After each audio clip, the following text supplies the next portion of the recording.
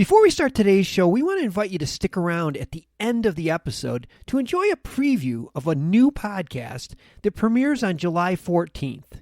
As the industry's exclusive cannabis podcast network, MJBulls is proud to present Women Leading in Cannabis.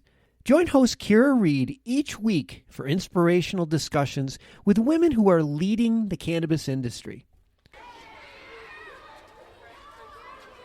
For too many years, families of children with devastating illnesses have felt helpless as they watch their child suffer.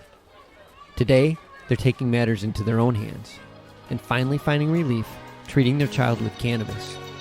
These are their stories.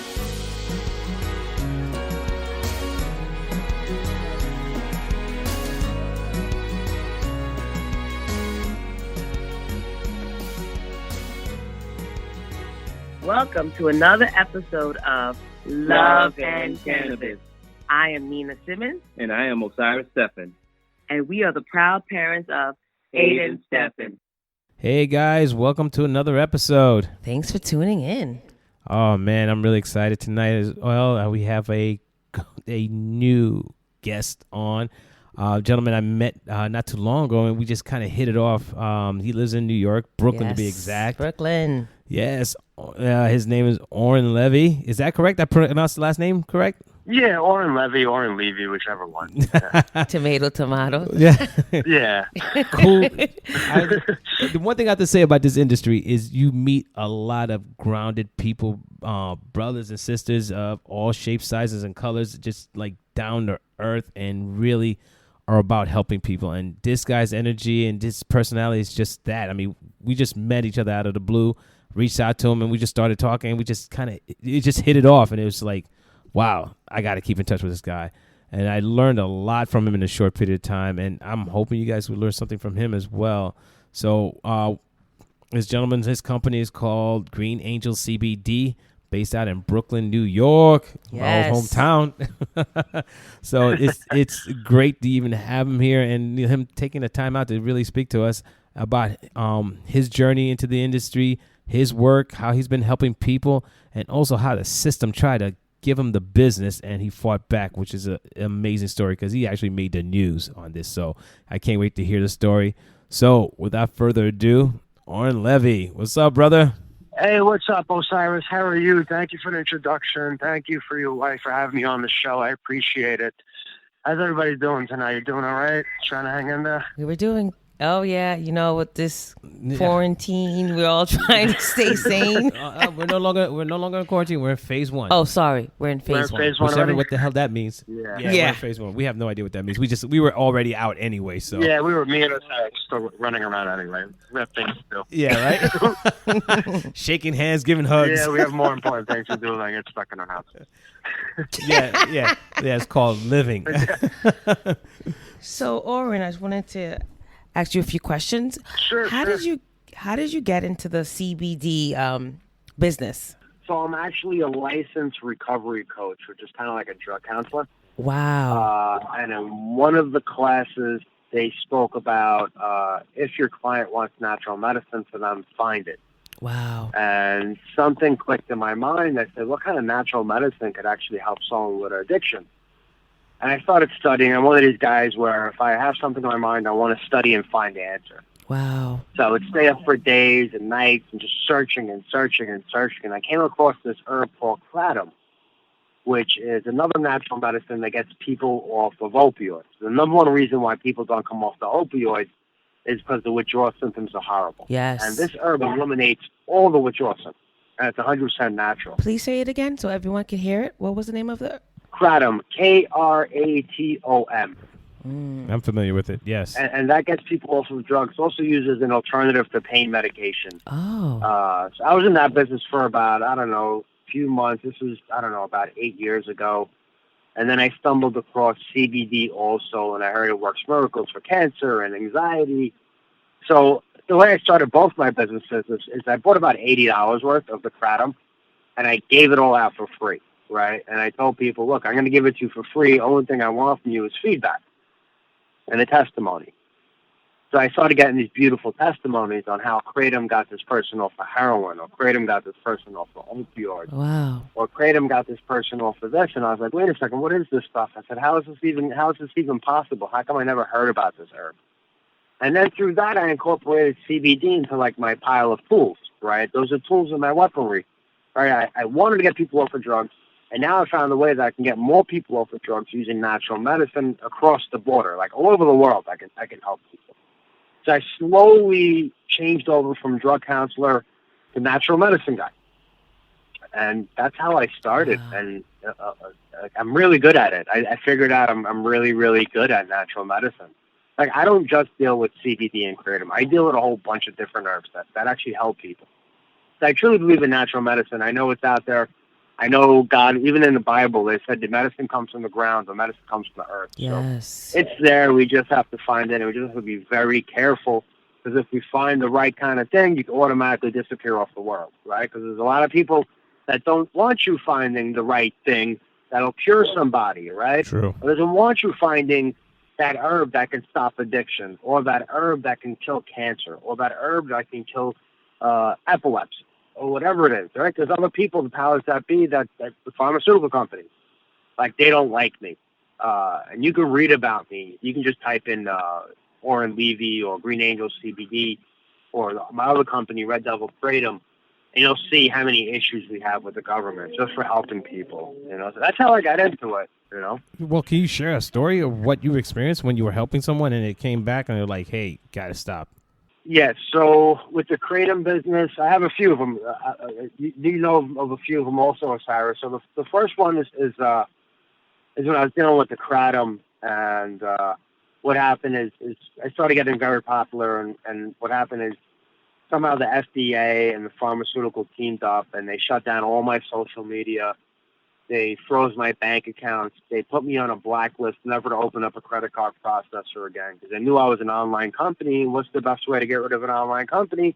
Shut down their credit card processor and make sure they can never open up. Wow. Top it off, they shut down my Tinder. They didn't even want me going on dates anymore. So I wasn't able to, so all of a sudden my Tinder's banned the same week. Wow. And I'm like, what the hell is going on? So they were trying to neuter you for real. You can't. Yeah, they try to make me miserable. What? They were like, cut his And I'm like, balls what off. is going on? Wow. I would have shipments seized by customs. I would have, for no reason. They just said, we just don't like your shipment. We're taking it. And I'm like, I don't think that's legal. But again, who are you going to fight? How are you going to fight these people? These people are the law. Wow. Another one of my stories happened in November. You want me to talk about the November story, Osiris? Might as well. Go ahead, brother. You got the mic. Yeah, so in November, if your listeners probably seen, the NYPD seizes 106 pounds of what they thought was marijuana. Yes. In reality, it was legal hemp that we sell wholesale. What happened with that is we have a farm out in Vermont that we're working with. We ordered about 106 pounds, well, exactly 106 pounds of hemp, industry hemp. I had emergency surgery 2 days before this whole thing happened to me. So I ordered it from Vermont. Vermont fixed it with FedEx. FedEx, I guess, the driver wanted to be a DEA agent one day, but never passed the psyche eval. So he decided to bring my shipment to the Vermont PD. Wow. Vermont PD opens my boxes, checks out all my paperwork, tells FedEx, look, this guy's legit. It's a 100% legal company. The guy's on TV. The guy's a nice guy. Told FedEx, look, we're not going to arrest anyone for this. Told FedEx pretty much either you leave it here, bring it back to the farm, or deliver it to the receiver, which was me. FedEx didn't like that answer, and what they did is they turned it into the NYPD 75th Precinct in Brooklyn, New York. And this was after it was already cleared by a different government agency. So we get a phone call from Officer Rodney Greenwich from the 75th Precinct. And you're going to love this guy. He's a classy piece of work, this guy. He calls me up and he says, hi, we seized your shipment, Mr. Levy. Can you tell me what's in the boxes? I said, absolutely, I can tell you what's in the boxes. And I told him it's 100% federally legal hemp. He asked me if I had any paperwork to prove it. I said, absolutely, my paperwork's in the boxes. Feel free to open my boxes up and check out the paperwork. He said, do you have the phone number for the farm? I said, absolutely. Gives him the number for the farm. They send him more paperwork. He calls us back and he says, look, we'll do an investigation on the paperwork. And once we check out, everything's cool, we'll call you guys up to pick up the shipment. 20 minutes later, I get a phone call from the 75th Precinct, Rodney Greenwich, and he says, Mr. Levy, your paperwork checks out. You can come pick up your shipment. I tell him, thank you so much. I explained to him the laws have changed a little bit. I said, I'm more than free to help you, educate you on what is hemp and what is marijuana and how to read paperwork. He said, yeah, whatever. Can you come pick it up? Now, 2 days before this, I just got out of emergency surgery. I had to cut out an organ out of my body. I have 3 huge holes in my stomach. And the guy was pretty much trying to force me to come in and get it. And I said, look, officer, I have 3 holes in my stomach. I can't move. I can't pick up no boxes, but my brother's going to go pick it up. He was really like adamant about trying to get me to come in. Come in. No, you got to come in. I said, sir, I said, I can't come in. He said, all right, send someone, whoever. I said, okay. My brother gets to the precinct. The minute my brother walks into the precinct, they walk him up to the questioning room. I get a text message from my brother. And he's like, I think I'm getting locked up, Oren. I said, stop messing with me. You're bullshitting me. You're not getting locked up. I thought he was messing with me. And 20 minutes later, he's like, they're putting cuffs on me. Call the lawyers. And I'm like, what are you talking about? I said, how is it even possible? It's a federal commodity. They're not even allowed to touch my shipment. He gets sent down to central booking. The cop forgot to put that I had all my my federal documents inside the police report, and I guess he forgot to tell the district attorney that it was hemp too. Sure. And the next morning, I get a phone call from one of my cop friends telling me, Oren, I think your shipment's on TV right now, and the cop's playing it off as it's marijuana. I said, this can't be happening. I said, I know this guy. It was like a movie. It was like one of those real DEA drug bust movies with bags of hemp on a table and these guys holding it up in the air with a big smile. Oh, yeah. I saw their Instagram. They posted your thing on Instagram. Yeah. And they did hashtag busted and giving each other high fives. I was like, what? They were out of their minds. But the good thing is I have a lot of connections with the press. And I know what to do in the situation. And when the cop locked up my brother, I ended up calling the precinct that same evening before they sent my brother downtown. And I told the cop, you're making a huge mistake. I just want you to know I'm on TV a lot, and you're making a huge mistake. And he pretty much told me, I don't care. It is what it is. I said, all right. Next day, after I wake up and my friend calls me that tells me the shipment was on TV, I made my phone calls to the press. My brother gets out. The next day, no bail, no nothing. The press agency I did call, they said, Oren, we're going to meet you at the precinct tomorrow with cameras. Do you want to come to the precinct? I said, absolutely. I said, let's start doing this. And I knew the circus started at that point. I knew it was going to be a big deal. Oh, man. I got all tons of press. You guys can just Google hemp bust NYPD, and you'll see all my articles. We have over 300 different articles on TV and on the news. The funny thing is the chief of police comes on TV maybe like 3 days later, and he says the reason why we seized that shipment is because he had no paperwork. And I'm telling myself, I was like, what are you talking about, no paperwork? And at that point, we had a news crew in front of my house interviewing me. And the news crew said, do you have anything to say about this? I said, not only do I have something to say about this, I have a statement from the Vermont PD that I had all my paperwork, and I have emails going back and forth with the cop proving that we had the paperwork. So that's just a little bit of the problems I have, Wow. Yeah, that hit the news hard, too, because I remember I was at a trade show when that happened. I'm like, oh, my God, look all that. Is that weed? And I'm like, no, that looks like hemp. Oren, what do you think the motive of the NYP to do all of this? I'm helping people. That's the motive, I think. The one with the NYP, if something seems fishy, right? Like, how come all this bad shit keeps happening to me? Yeah, right? Somebody's watching you. Someone's watching me. I think I'd be honest, that cop, he just wanted a photo op or someone pushed him to do it. Because he was so happy with in that picture. You can see his smile. I saw that. They all were so happy. They thought they made the biggest bust in their life. It's like they wanted some... Get a promo. That would have been a promotion opportunity for them, possibly. To feel good? Yeah, but they had. But I think after the fact that they got egg on their face after that, they like had to like take that back and just like, yeah, we made a mistake. Did they ever apologize to you? They never apologized to me. Wow. Not only have they never apologized to me, it took 3 months to get the charges dropped. It took 3.5 months to get my shipment back. Even after I got my shipment, the NYPD went on TV and slandered me and said Oren Levy's shipment from Green Angel CBD was illegal and he does not have the proper licenses to run a CBD company.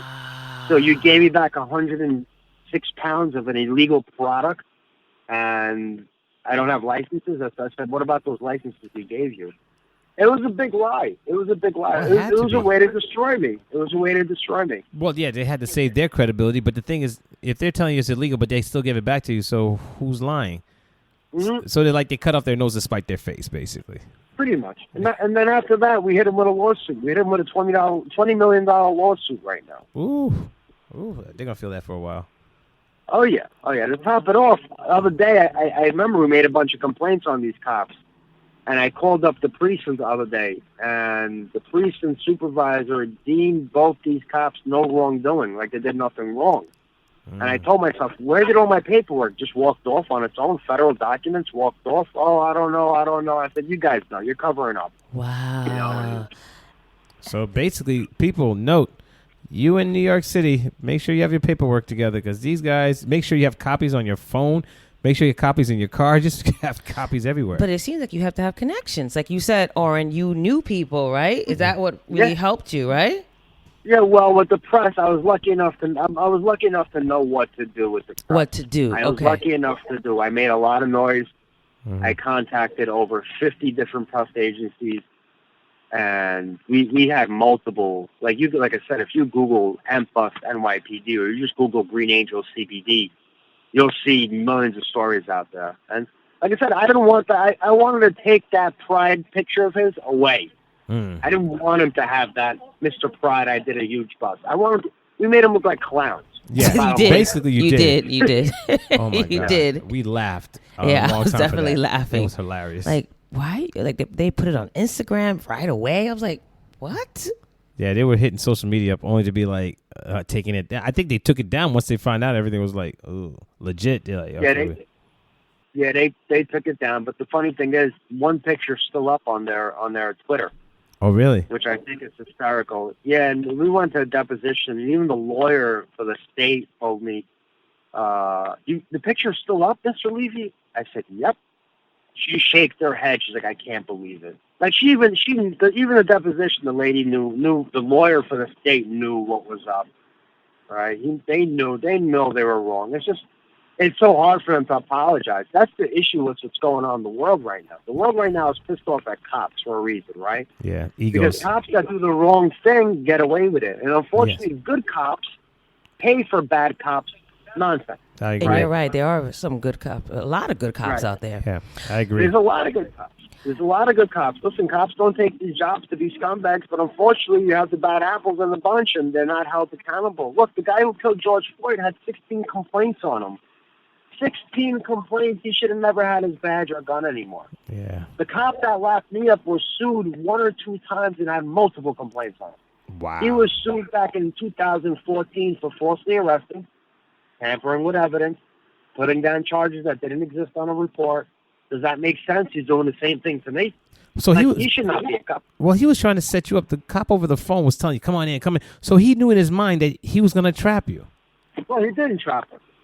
I'm saying he was trying to arrest you, though. He was trying to get you out of the hospital. in particular, it seemed like, right? Well, he had to because he's the one in charge because it was his product. But he was trying to get him to come down. He kept saying, come down, we need to talk to you. Come down, come get your stuff. And all of us kept saying, no, I can't make it. He goes, come on, we need to. It's like, look, I'll send my brother. Well, send somebody. Somebody's going to get arrested. That's what he was saying. Pretty much. Yeah. Wow. Pretty much. Scummy, man. That's just plain scummy. So, like, now that you got everything back together somewhat, I'm hoping that you fully recovered in a sense your health as well as your business. What have you been doing as you continue to help people? I'm still on the same track, Osiris. I never stop. These little things don't hold me down. Even though I get screwed, I still push. You know, if I stopped every time I got screwed, I'll be out of business. I'm in the business to help people, and I speak to you all the time. You know how I am. I'm in the business. I call up my clients. I see how their people are doing. So I move forward, right? I got a $2 million PR, or $20 million PR campaign out of this when the cops arrested me. So that's a blessing in disguise. That is a blessing. All publicity is good. Yeah, exactly. For free, too. So we're still pushing. I'm not stopping. I'm still selling hemp. I'm still selling CBD. I'm still going to speaking engagements. I'm helping other people that fall into the same situation as me. Because there's been more than one arrest hemp where cops will actually entrap someone and say it's actually marijuana when it's actually hemp. So in the beginning, you I got chills because you said you were a coach, right? And my uncle, he just passed recently. He was an addict, and then he got recovered, and then he also became a recovery coach. And before he passed, me and him were talking about CBD. But unlike yourself, he was a little bit hesitant to telling his clients about CBD. I guess for him, he was thinking that would be like a setback for them. I don't feel that way. Of course, yeah, I agree. So it's just it's like a different mindset, because I think in his mind, he's like, it's still the cannabis plant, and he thought that could, maybe cause them to regress. Have you seen that? I don't think that way. Those are tough old school AA ways. Yes. Ways. Some of these guys they say don't even take an aspirin. I'm like, that's retarded. Don't even drink. I'm like, you'll sit down and drink coffee and smoke cigarettes all day, but you won't take an aspirin. I said, come on. So I don't believe in that method. In recovery coach, right? There's a class in recovery coach, right? Some of the recovery coaches let people smoke weed. Look, if it's helping them from not doing heroin, let them smoke weed. If it's helping them from not smoking crack, let them smoke weed, right? If you want to look at it as harm reduction, it could be harm reduction. I don't mind that. As long as that person is not sticking a needle in the arm, I don't care what they're doing, right? As long as they're not killing themselves. As long as they're not going something stronger, right? Absolutely. That's the way I feel. I do think that's going to be the road that most people are gonna take. Yeah. Especially with this crisis going on. Yeah. Listen, if you have someone that's been taking stuff all their life, taking the drug, they need something. I'm not going to lie. They need something. Some of them need. Some of them can do it cold turkey. God bless them. Right? But the majority of people, they want something else, right? Listen, the government tries to push these other drugs on people. Opioids, right? Like Suboxone or methadone, right? Ooh. Any of those crap, right? Those things are harder to come off of than heroin. Oh, yeah. It seems just as addictive. It is. Yeah, it's 10 times more addictive. Yeah, people from other towns, because like in Harlem, we have the highest number of clinics in Harlem, just Harlem, not Manhattan, but just in Harlem alone, all of 5 boroughs. So Harlem has become the hub for all addicts to come to get their fix. So I assume that basically they had shut down the clinics during this COVID. So these people are sitting out in the streets waiting for it to reopen. So you're seeing homeless people everywhere, because they may not be homeless, but because of the fact they have no place to go and they can't go back to their communities because they don't have a clinic to go to. So they stay in hovering around all of Harlem, waiting for the clinics to open up to get their next fix. Yeah. It's crazy. And I wonder why no homeless people die from the coronavirus, too. Does that make sense? None of them. I noticed that. You know what? I tell people, my homeless people are the canaries in the mine. Because if they're not sick and dying, then I say we are not wearing the mask. I'm walking the street because they're exposed to every element possible. It's unreal. But how come the drug addicts on the street are not dying from the coronavirus? There you go. So my question to you is this: now that you've gone through this and you're back and you're helping people, what are the things you've seen that keeps people from really trying CBD or even just cannabis in general to help them with whatever they're going through? Like, what makes them hesitant about it when you're talking to them? Some of them just don't believe in it. Reason being, there's a lot of bullshit companies out there. Like, I've been doing this for 8 years nonstop, right? Mm-hmm. So these past 2 years, I've seen so many companies open up, and they sell you what you don't, which it's not CBD what they sell you. Put it this way.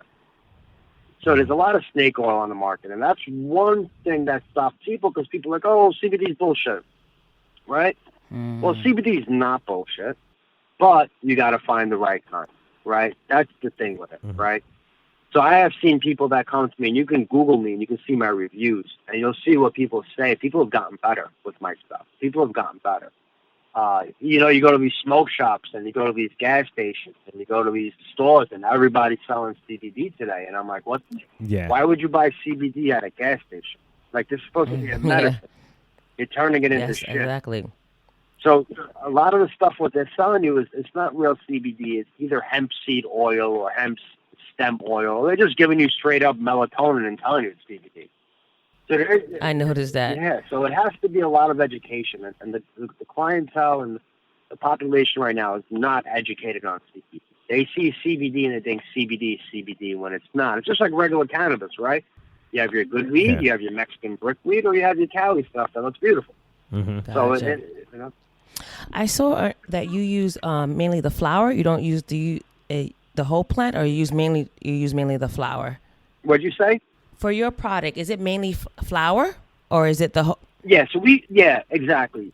I'm happy you brought that up. So yeah, we only use the bud, right? If you smoke cannabis before, you know you only smoke the bud. You don't smoke the stem and seed.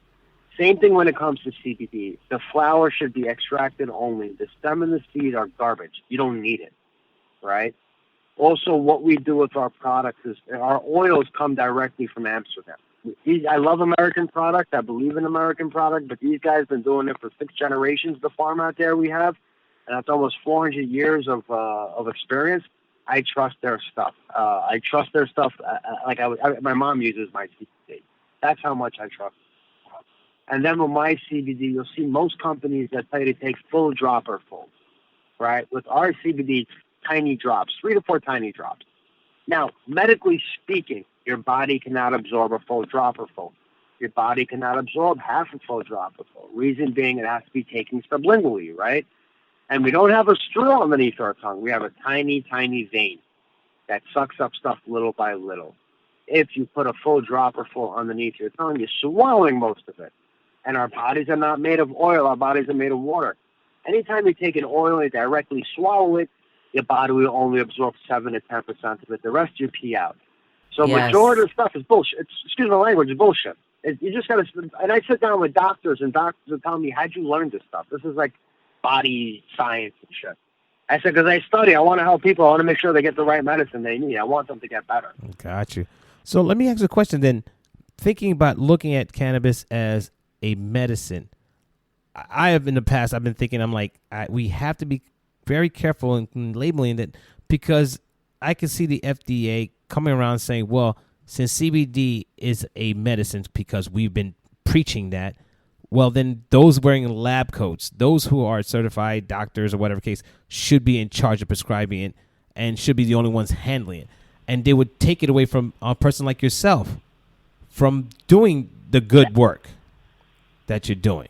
That's my only concern. That's my fear, actually. You know, that's something I've been thinking about. I'm like, should we be calling it medicine when it's actually supplement? Yes, exactly. Look, FDA can come and do whatever they want to us anytime they want to us. They can change the law and change the loopholes and say, we don't want you calling it a supplement. It's not a supplement. You can call it medicine. It's not a medicine. You can call it an oil. It's not an oil.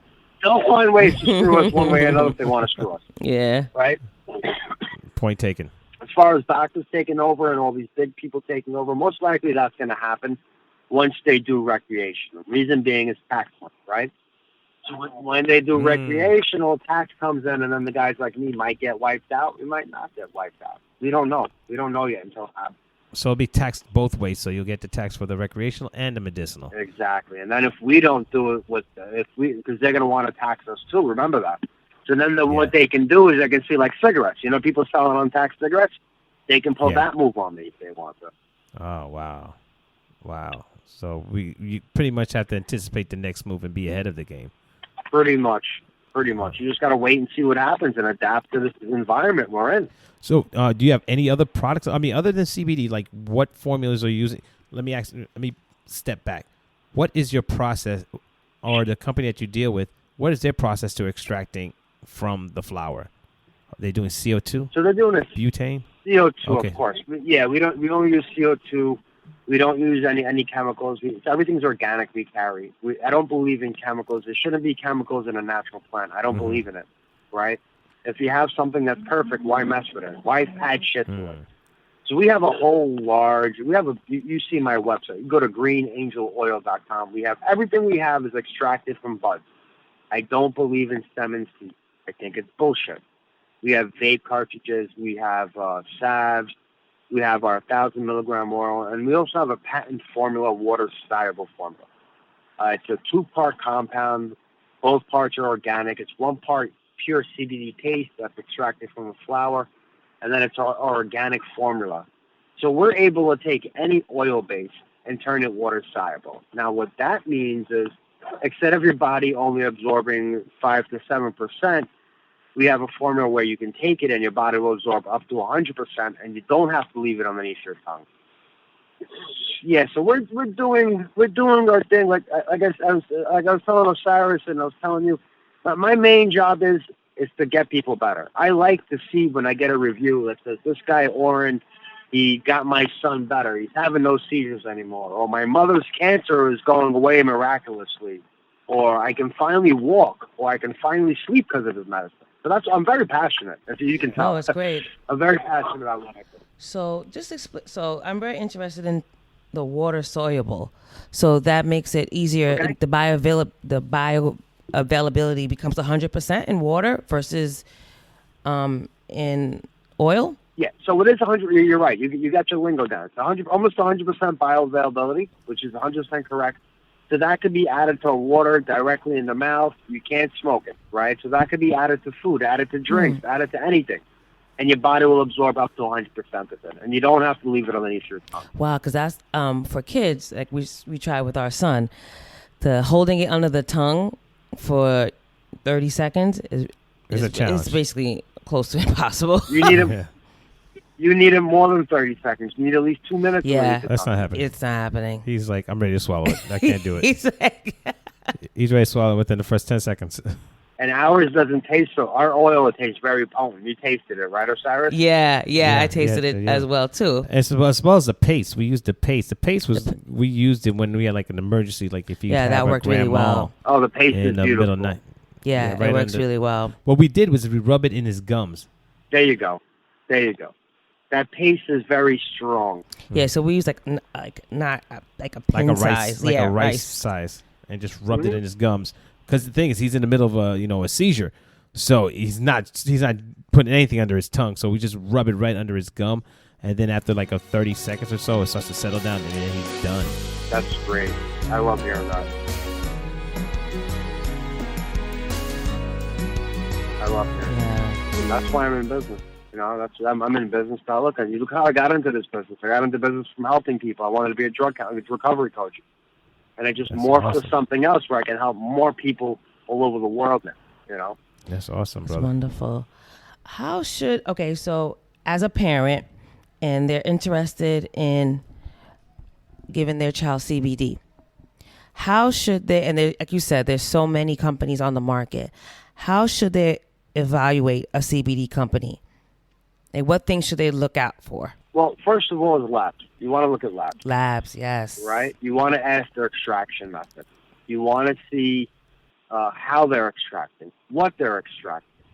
You want to see how much is dosage. If you start seeing full drop or full run.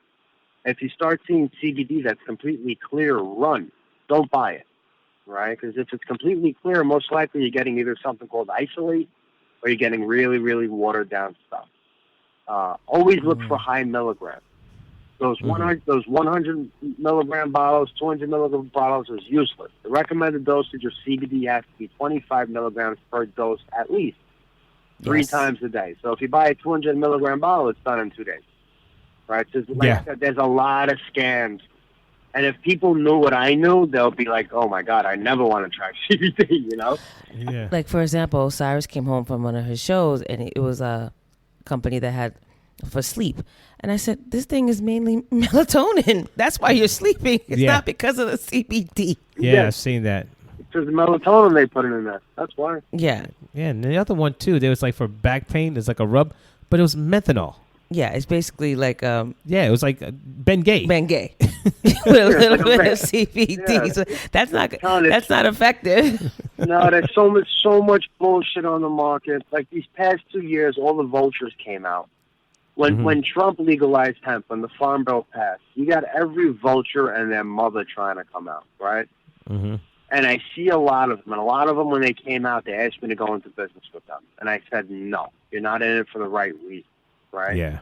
And you see a month, 2 months, 4 months later, they're out of business, right? Because they're just taking anything, and they're just getting anything and just trying to make $1 out of it. Yeah. Now, I look at that as a thief. You're robbing a sick person. It's like going to a mental health hospital and robbing some guy that has some kind of mental health issue and robbing them blind.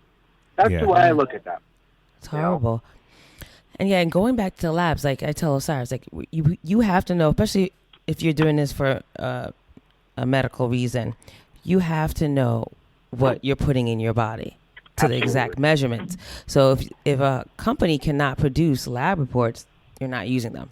Well, that's the other part is you're looking at the lab reports and you don't even understand what you're reading. Yeah, that's the hard part for a new person That's coming true. into trying They're to get not the easiest, to be honest. I mean, I've gotten a lot better, and I pretty good at reading lab reports, but I think for the general person, it's not the easiest thing to understand what you're reading. You're right. Yeah, and also the other part is you don't know if you're reading an actual legit lab report because now they're starting to forge lab reports. Of course they are. It seems easy to do it too, because who do we know? You know. Yeah, exactly. There's a lot, like I said, there's a lot of shady shit going on in the cannabis world now. A lot of shady shit. You know, I'm working on something with Now This. You ever heard the media station Now This Politics, Now This Weed, Now This Future? They're huge. They won awards for being top news networks, internet news networks. Wow, that's awesome! Congrats. So we're actually working with them. We were supposed to do it before this whole COVID started. We were going to do a CBD educational show with them, and we were going to teach people about how to look for CBD, the bullshit that's going on in the market, what to buy, what not to buy, nice. how to look for scams. You know, the world needs more education on CBD. CBD is everywhere, and the average person thinks CBD is CBD when it's not. Exactly. And the other misconception I think is CBD is all the ends all, and it's like it's not. No. I try to tell them it's not. It's supporting your system. Yeah. It's assisting it in doing what it naturally does. You know, it's not going to cure you of everything. It's helping your body heal itself. CBD, right, Osiris, CBD is something long term. It's something you want to take every day, 2 to 3 times a day. Like your vitamins. Yeah, exactly. Yes. And that's how you get better. That's awesome. Now, have you ever came across a client that you've been working with that's been really hard to get them over their hump? I'm always pushing. I'm one of these guys. I'm pretty upfront with people. I tell them, don't give up before the miracle happens. Right? I push them. Mm-hmm. Some people, sometimes they're looking for something else than CBD. Like you said, it's the old heal people think. When it's not. It's not the old heal thing, right? Mm-hmm. I had people that they were like, well, I thought I was going to get high from it. I thought I was going to be, you know. I'm like, no, it doesn't work like that. It doesn't work. Yes, I'm glad you mentioned that, Oren, because I'll have I have friends or family members that use it, and they expect results right away. I'm like, that's not how natural medicine works. It's not like your Advil, or you know, when you go into the hospital and you get your pain medicine. It's not going to work right away. Like you just said, don't give up. But people want instant gratification, and I think that's the problem. I had a friend, she was using it for her son with having some autism, and you know, it didn't work within the first couple of weeks, and you know, she was like, and then she stopped using it, and I was like, okay, but what can you do, you know? Yeah, you can't force people. Yeah, it also depends what she's using. Listen, I had people that took it for a month and say, I don't feel nothing, right? And I'm like, all right, so stop. They would stop, right? And they'll call me back up. Like, Oren, you know what? It actually was working. That's hilarious. That's true. I was like, no shit. That's true. So people think they're going to get that huge boost like that right away. It's very subtle, and it comes on very subtle. It's not coffee, people. Yeah. Look, it will help for anxiety right away. Oh, yeah. That I know. It will help you for anxiety. But as far as like pain issues, we have all these receptors going throughout our body. We got to repair those, and that's why I always tell people to take it twice a day, every day. Don't quit before the miracle happens. Wonderful. It does. I think I enjoy the feeling of the CBD because it's like this calming sense that just comes over you. You're just like, okay, I'm at ease. I'm just like my mind's not racing. I'm breathing normal. I feel like I'm where I need to be. It's just a great sense, great sensation that I get from it. Yeah, it's a calming sensation. It's really like calming. It's a sense of well-being, and we, like I said, we have a bunch of receptors in our body. And we have the most receptors we have in our body is cannabinoid receptors. That's the strange. Yes, exactly. Right? So the CBD1 receptors for your mind, CBD2 receptors for your body. Yes. So we got all these receptors shooting everywhere, right? And when some things are unbound, sometimes the CBD receptors, the cannabinoid receptors are unbound. All right, so you take it to balance things out. It's great for recovery, body recovery. It's great for seizures, but you just can't quit before the miracle happens. That's the main thing we see. I love that quote. Yeah, definitely. That's true. Just got to stick it through. And I think that's one of the things that's helped us because, with our son, it's been since 2015, since we've been on this journey. And we've gone nonstop. And he's gotten better. From where he was back then to where he is now, it's night and day. Completely Thank night God. and day. He went from not being able to hold a pencil, not even able to say any words. Now he's talking, he's running around, and he's gaining weight. It's just like, wow. And, because there was times where we like, I don't know what to expect tomorrow. I don't know. Because part of you is saying, this may not work. Or this part of you is like saying, we just got to hold on and just keep pushing. And it was those times where you just like, you're dosing high, you're dosing low, you're trying to figure out how things work. And also you're just doing other things just to keep it going, just keep yourself psychologically going and move forward. Now, have you dealt with parents who have children that either have epilepsy or they have some kind of condition and they were ready to make a decision, but yet something made them hesitate? Hesitate on jumping on? Yeah, because they got that. Here's the thing. Some parents think they're going to get their kids high, right? Some parents are like, I don't want to give my son pot. I don't want to give my kid pot. I don't want to give them marijuana, but it's going to get them high. I don't want to do that. And then you really got to educate them and just make them feel comfortable with what they're taking. That's the whole thing. Make a parent feel comfortable. The best thing, what I learned is, let them speak to another parent that I helped with their kids, right? I'm one of these guys. I tell people, don't take my word for it. Google me. And that's what I tell people, right? Don't take my word what I said. And how about this? You just Google my company. Let me know what you find. If you're happy, you call me back. Yeah. Right? No pressure. So what I do is I do the same thing with my clients. I'll ask another one of my clients, would you mind speaking to this person? Tell them how your son is feeling today. Tell them what's going on with you. And sometimes that makes them more comfortable. Yeah, parent to parent. So you speak to them. Listen, everybody needs a way. You have to explain things differently.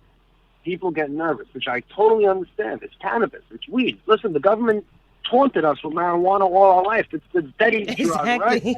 It's going to kill you. It's the rape drug. It's the gateway drug. It's this, It is. right? It's You amazing. ever see Bad people smoke weed. Yeah, all those stupid commercials with this is your brain on marijuana with the extras like. Yeah, exactly. Yeah. But what's so crazy, though, is that, I've seen parents, and sometimes they just listen to their doctor so much, they'll pump their child with a pharmaceutical drug that has all these chemicals, and the side effects are far worse than the actual condition sometimes. Because we went and experienced that, too, because we had our son on a certain medication that causes his liver to inflame, so we had to drop it. And it's like, holy, what are we doing here? But something as natural as the plant, in its essence, can help. If your child gets high and starts to laugh a lot and beady eyes and eat, I don't know. I don't think that's so bad. Compared to compared, like, Nina's saying, compared to, swollen liver or, probably some type of, organ malfunction. I think I can deal with that. I can deal with my son giggling for a couple of hours. Look, you ever see these commercials about medications, bro? You have a cold. You go to medication for a cold, right? Side effects. Well, Scary. this medication might cause you to commit suicide. It might make your left testicle fall off. Your titty might drop to the left. Stroke. Your hair might be losing. But don't worry, your cold will be gone. I'm like, what the fuck? Excuse me, I'm not supposed to curse. Sorry. I said, what the hell is this about? You know? Yeah, right. You forget what the medication is for. It's like you forget what it's treating you for. And then at the end, I love the ending. The ending always goes like this. But ask your doctor if it's right for you. Yeah, sure. What? I'm like, dude, I'm still getting over the renal bleeding. I'm losing my right eye. I don't know. Yeah. Look, a long time ago, I was really, really depressed, about 20 years ago. Really, 25. Doctors had me on all kinds of drugs. I mean, they had me on 10 different medications for depression and anxiety, right? It made me more sick than I was. And then I stopped. I had to go to the hospital to get off all this crap, right? And now I don't take any medication. And I don't sound depressed to you right now. I don't sound like I have anxiety to you anymore. But once I stopped those medications, I felt better. So they actually sunk you deeper from the medication. They sunk me deeper, yeah. It's amazing. And people prescribing this stuff. That's why I didn't even understand this opiate addiction. It's like, why are we still selling this stuff? It's created money. Yeah, but the damage, though, is costing the states money. Because now you got to take care of them. Now you have all the either you're taking care of someone or you're dealing with their death. And then you're dealing with the psychological ramifications because of the families. Now you got to treat them as well because they're getting over a death. Crazy. So it's like an ugly cycle. But yet this product is still out in the market. And they want to give cannabis a hard time? It's unreal. You know who the biggest drug dealers are? You know who makes Pablo Escobar and the Mexican Mafia and the cartels in their little pockets? The pharmaceutical companies. Oh, yeah. Most def. Those guys are the real drug dealers. Why do we need 180 milligram oxycodone? Why do we need a 400 milligram fentanyl patch? Yeah. Right? Why do we need them?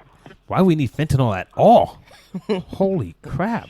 Some people with cancer need certain painkillers, but it should be limited to these people who are really dying. It shouldn't be to the guy who broke his leg. Oh, yeah. And you're giving him a 500 milligram fentanyl patch that'll kill a horse. Yeah, and then he's like, doesn't know if he's coming or going. And he's like, whatever that ride was, I want it again, or I don't want to, or I'm just going to kill myself. It's like, it's crazy. Yeah. Well, the doctors did that to me, too. Look, I broke my leg in 7 places, I think 20 years ago or 25 years ago also, or it was after, whatever. They had me on 180 roxycodones to 30 milligrams every 2 weeks, plus Xanax. Plus, they turned me into a junkie. Oh God, it's a cocktail. The doctors. Yeah. Wow. But like I said, the biggest drug dealers are the pharmaceutical companies, and their little cartels are some of these doctors who are really like cartel members, right? Because they're working for the bosses, right? And they're prescribing all these opioids and they're killing people. That's amazing, and it's okay. Because I never understand when I go in a doctor's office and I see everybody else is dressed down, and I see this one person sitting there in a suit. I'm like, who's this guy? You know, he's in a suit waiting for the doctor. Okay, must be, visiting. Must be a family member or a friend. Only find out it's a pharmaceutical rep. Yep. So these guys come in and just, push their product out there, and the doctors push it back out to you, and then here goes the cycle. But so what do you have next lined up? What do I have next? I don't know what I have next anymore, Osiris. This world is so strange. Even if I say what's next, something might change. You never know. Yeah, right. But one thing we did have planned, Osiris. So we did get back our shipment from the NYPD. Great. But it was 3 months later, 3.5 months later. So you know how that goes. You leave a plant in the bag for 3.5 months later. It's no good. But what I could do is I can send it off for extraction. Right, and that was my plan before the coronavirus. So I have friends that own homeless shelters. So my plan was sending my products off to the homeless to the lab, get it extracted, and make an oil from it. Oh wow, awesome! And then what I was going to do is I was going to do hemp for the homeless. And who we were going to invite? We were going to invite all the news. The news loved it. They said, "Great idea, Oren. That's a great way to give back to show that you came from the bottom and you picked yourself up, and now you're doing charitable things." And we were going to invite the NYPD chief to come educate them about CBD so this doesn't happen again. Perfect. So I'm hoping, I don't know when this mess is going to go, this Armageddon we're living in is going to end. I don't know. Well, yeah, right. Once it does, I'm definitely going there. Oh, Definitely doing that. I'm still working. Thank God I'm an essential business and I'm still working. So that's my next plan, and I don't know. Maybe I'll run for president. Who knows? Go for it. But you know what, Governor? Because we, that would be absolutely fantastic. That's another story.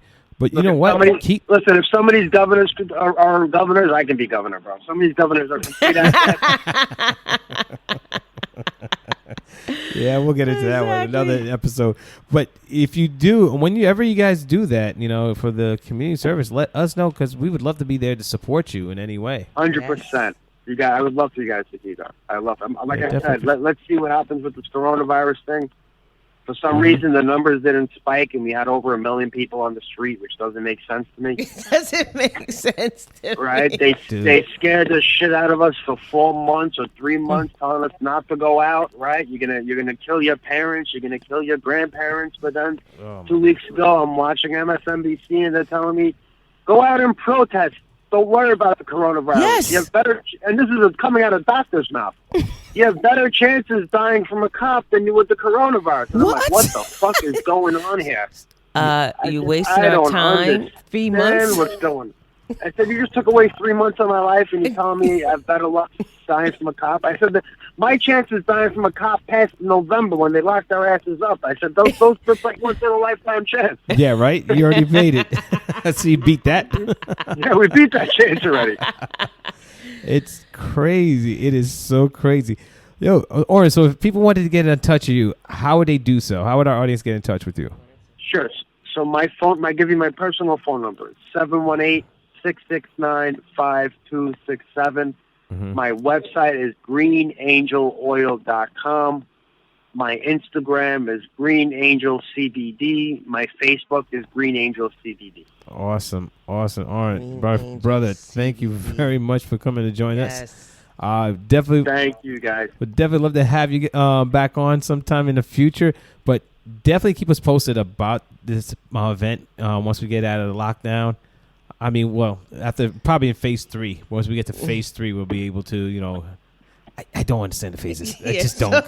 We're still in protest. Who knows what phase is going to happen anymore? It's amazing. We're protesting Definitely. and we're still in the phase. Yeah, we're still in premature phase. Who knows what the hell they're have to go for? Yeah, so confused. But we'll be around and we'll definitely get together. I appreciate you, brother. Hope to see you again soon. Thank you, Osiris. Thank you, sweetie. Thank you, everyone. Check out greenangeloil.com. Yeah, definitely check it out. greenangeloil.com.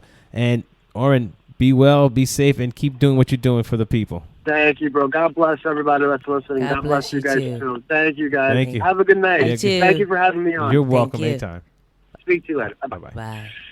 Thanks for tuning in another episode of Love and Cannabis. I'm Osiris Stephan. And I'm Nina Simmons. Be strong. And stay empowered.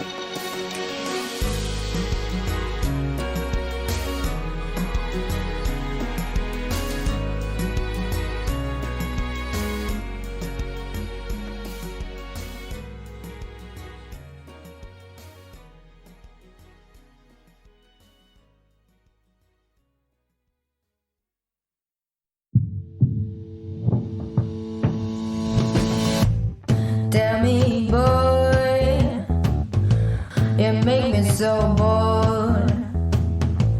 You need to walk the other way. I tell you once more. Please get out of my way. I don't want you no more. We're done here, boy. I know you think you're so fine, but you can't see it. I've been wanting to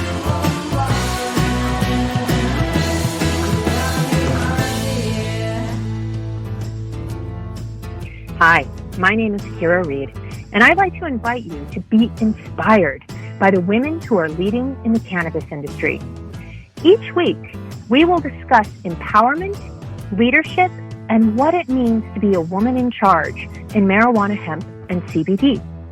As the founder of the Women Empowered in Cannabis community, I have had the great pleasure to get to know many brilliant and talented women who are CEOs, executives, politicians, advocates, and community leaders that are focused on creating a cannabis economy that is just, fair, and equal. We'll learn how these women make decisions, how they navigate a predominantly male industry, and what they're doing to level the playing field for women. I hope you'll join us.